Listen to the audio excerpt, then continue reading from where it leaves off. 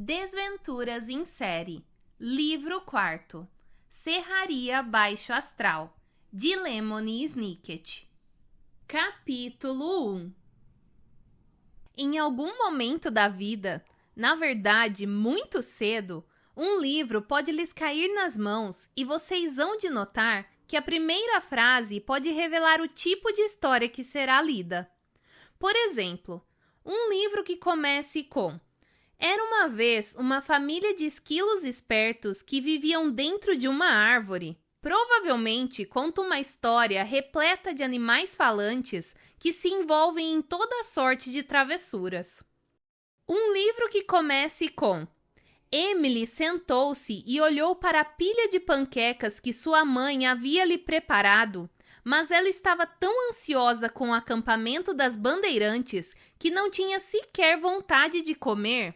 Provavelmente conta uma história repleta de garotas que riem à toa e se divertem sem parar.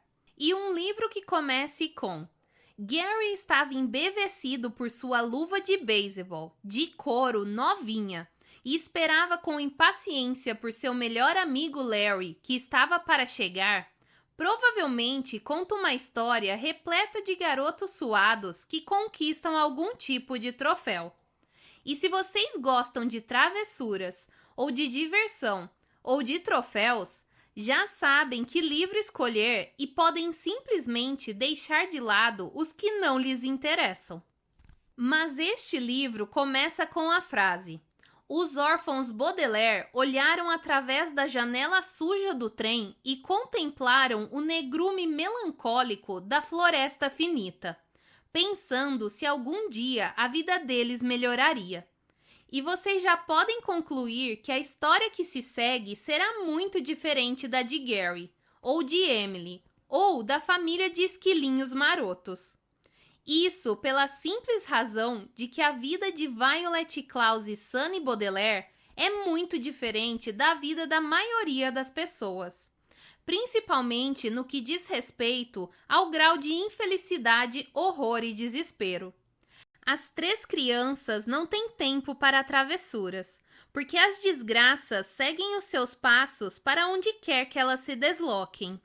Desde que seus pais morreram num incêndio terrível, nunca mais souberam o que é se divertir a valer. E o único troféu que poderiam ganhar seria o prêmio dos desventurados, ou algo do gênero. É de uma injustiça atroz, não resta dúvida, que os Baudelaire passem por tantos apertos. Mas a história deles é assim, fazer o quê? Por isso, agora que eu já contei que o começo será: os órfãos Baudelaire olharam através da janela suja do trem e contemplaram o negrume melancólico da floresta finita, pensando se algum dia a vida deles melhoraria. Larguem este livro se quiserem evitar uma história desagradável. Os órfãos Baudelaire olharam através da janela suja do trem e contemplaram o negrume melancólico da floresta finita, pensando se algum dia a vida deles melhoraria. Um alto-falante que chiava muito acabara de anunciar que em poucos minutos chegariam à cidade de Paltryville, onde morava a pessoa que cuidaria deles dali por diante. Não puderam evitar de pensar quem seria capaz de querer viver num lugar perdido, sombrio e fantasmagórico como aquele.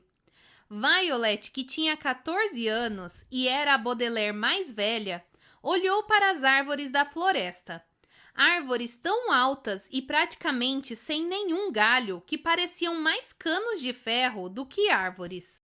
Violet era uma inventora. Estava sempre com o pensamento tomado por máquinas e engenhocas, sobretudo quando prendia o cabelo com uma fita para ajudá-la a pensar.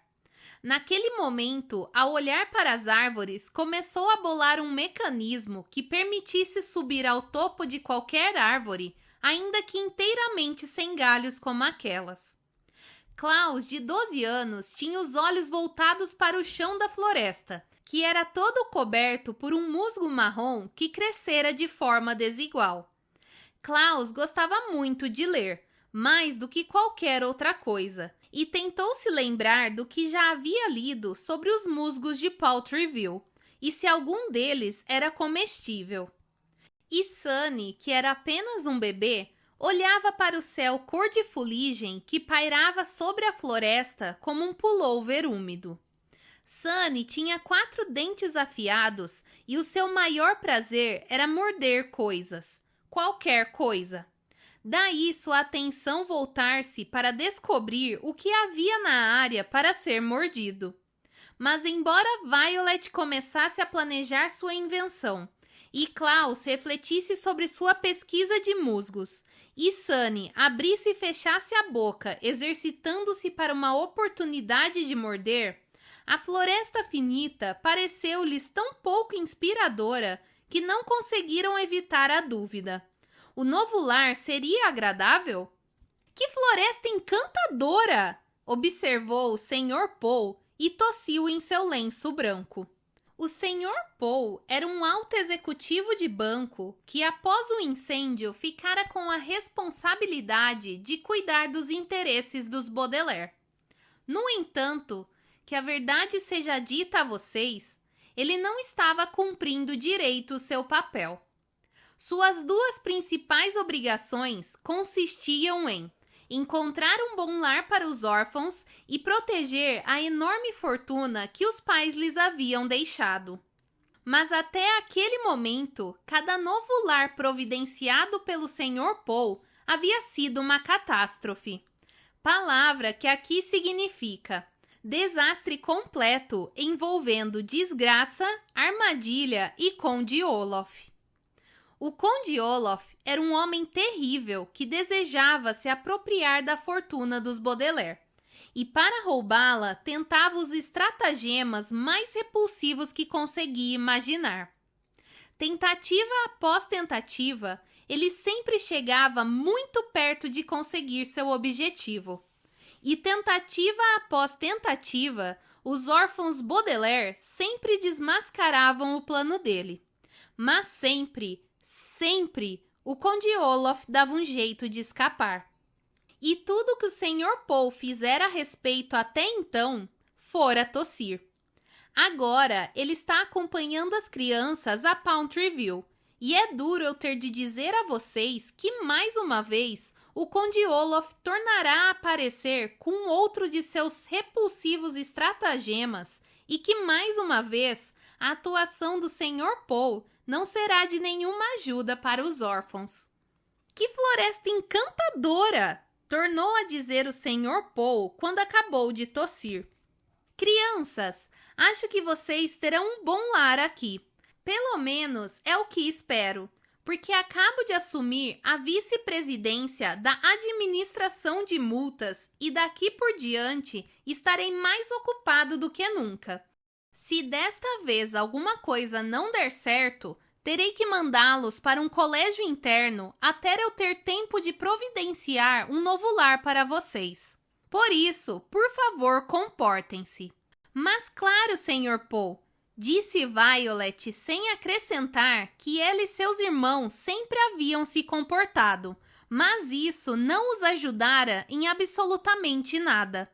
Como se chama o nosso novo tutor? Perguntou Klaus. O senhor ainda não nos disse. O Sr. Paul tirou do bolso um pedaço de papel e apertou os olhos. Chama-se, deixe-me ver, senhor que... Não sei, não consigo pronunciar o nome. É muito comprido e muito complicado. Posso ver? Perguntou Klaus. Talvez eu consiga decifrar a pronúncia. Não, deixa pra lá, disse o Sr. Paul, guardando o papel. Se já é tão complicado para um adulto, imagine para uma criança. Jande! Gritou Sunny. Como muitos bebês, a maior parte do tempo, Sunny emitia sons em geral difíceis de traduzir. Dessa vez, provavelmente, ela quisesse dizer algo como: mas Klaus lê muitos livros complicados. Ele dirá como vocês devem chamá-lo.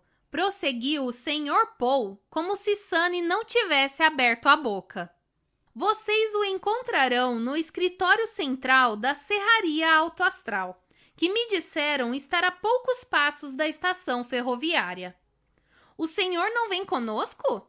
Perguntou Violet. Não, disse o Sr. Paul e tornou a tossir em seu lenço. O trem só faz uma parada por dia em Poultryville, e de forma que, se eu descesse com vocês, teria que passar a noite aqui e faltar mais um dia ao banco. Vim só deixar vocês e volto para a cidade neste mesmo trem, imediatamente. Os órfãos Baudelaire olharam através da janela preocupados. Não estavam muito satisfeitos com a ideia de serem deixados num lugar que não conheciam, como se fossem uma pizza, e não 3 crianças inteiramente sós no mundo. E se o Conde Olaf aparecer? Perguntou Klaus, baixando a voz. Ele jurou que nos encontraria de novo. Dei ao Sr. Beck, Sr. Dewey, dei ao novo tutor de vocês uma descrição completa do Conde Olaf, disse o Sr. Paul. Assim, se por alguma circunstância inimaginável ele aparecer em Poultryville, o Sr. Shaw, Sr. Geck, notificará as autoridades. Mas o Conde Olaf está sempre usando disfarces, observou Violet. Fica difícil reconhecê-lo. A gente só consegue saber que é ele quando vê aquele olho tatuado no tornozelo. Incluí a tatuagem na minha descrição, disse o Sr. Paul impaciente. Mas e os ajudantes do Conde Olaf? Perguntou Klaus. Em geral, pelo menos um membro do grupo o acompanha para ajudar sua farsa. Descrevi todos eles para o dono da serraria, disse o Sr. Paul, erguendo o dedo indicador enquanto enumerava os horríveis comparsas de Olaf. O homem das mãos de gancho, o careca de nariz comprido, as 2 mulheres com o rosto todo empoado de branco e a figura bem rechonchuda que não parece nem homem nem mulher. O novo tutor de vocês já sabe de todos eles, e se houver algum problema, lembrem-se que é só entrar em contato comigo ou com um de meus colegas na administração de multas do banco. Casca, disse Sunny melancolicamente. Era provável que quisesse dizer: isso não é muito tranquilizador, ou algo do tipo. Mas sua voz foi encoberta pelo forte apito que indicava que o trem chegara à estação Poultryville. Cá estamos, disse o Sr. Paul. Antes que pudessem se dar conta, as crianças achavam-se de pé na estação, olhando o trem se afastar em direção ao escuro arvoredo da floresta finita. A barulheira da locomotiva foi diminuindo à medida que perdiam o trem de vista, e logo os 3 irmãos estavam de fato inteiramente sós. Bem, disse Violet, erguendo a maleta que continha as poucas roupas das crianças. Vamos ver onde fica a Serraria Alto Astral.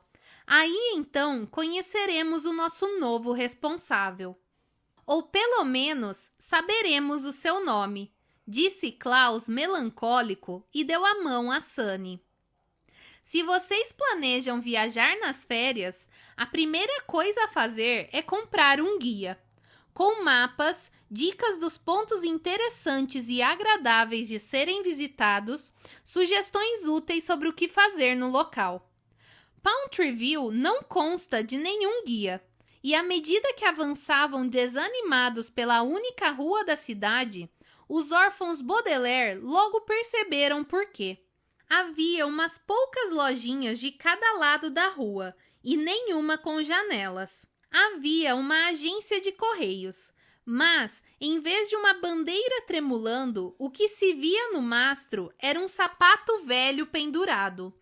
Em frente, um paredão alto de madeira estendia-se até o fim da rua. No centro do paredão existia um grande portão, também de madeira, com as palavras Serraria Alto Astral em letras toscas e gosmentas. Ao longo da calçada, onde poderia haver uma fileira de árvores, viam-se jornais velhos formando pilhas gigantescas. Em suma, tudo que poderia tornar a cidade interessante ou agradável transformara-se em algo horrendo ou nem um pouco agradável. E se Pountreville figurasse em algum guia, a única dica útil para os turistas seria: vão embora. Mas os 3 jovens não podiam ir embora, é claro. E com um suspiro, Violet tomou a dianteira e foi com os irmãos até o portão de madeira. Estava para dar a primeira batida quando Klaus tocou em seu ombro e disse: "Veja!" "Eu sei", disse ela. Violet pensou que ele estivesse se referindo às letras que formavam a inscrição Serraria Alto Astral. Agora que estavam bem perto do portão, as crianças podiam entender por que as letras pareciam estranhas. Eram feitas de chiclete mascado, bolotas e bolotas grudadas na madeira de modo a dar forma às letras. Com exceção de uma tabuleta que vi certa vez com a palavra cuidado, feita com macacos mortos, a placa da Serraria Alto Astral era o letreiro mais repugnante que podia haver sobre a Terra. E Violet achou que seu irmão estivesse querendo mostrar isso. Mas quando ela se virou para concordar com Klaus, notou que ele não estava olhando para os dizeres, e sim para bem mais longe, em direção ao final da rua. "Veja!", tornou a dizer Klaus, porém Violet já percebera o que ele estava olhando. Os 2 ficaram imóveis sem dizer uma palavra, encarando fixamente a casa no final da única rua de Pountreville. Sunny andara examinando algumas das dentadas no chiclete, mas quando os irmãos silenciaram, ela seguiu o olhar de ambos e também viu.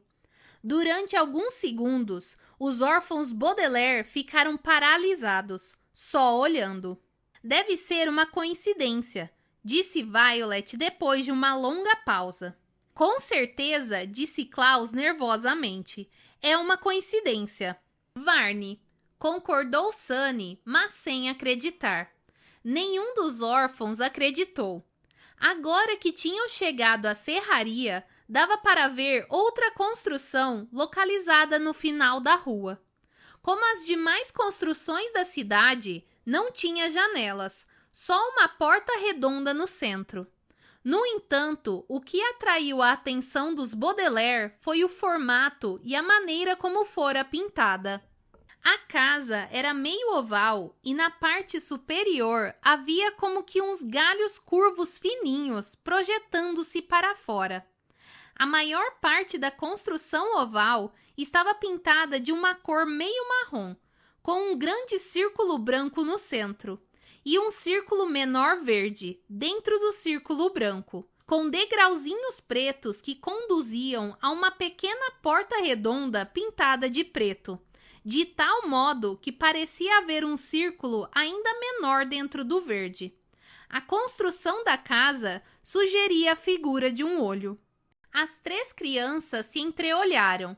Em seguida, olharam para a casa. Depois se entreolharam de novo, balançando a cabeça. Por mais que se esforçassem, não conseguiam acreditar que fosse uma coincidência haver em Pountreville uma casa com a forma exata da tatuagem do Conde Olaf.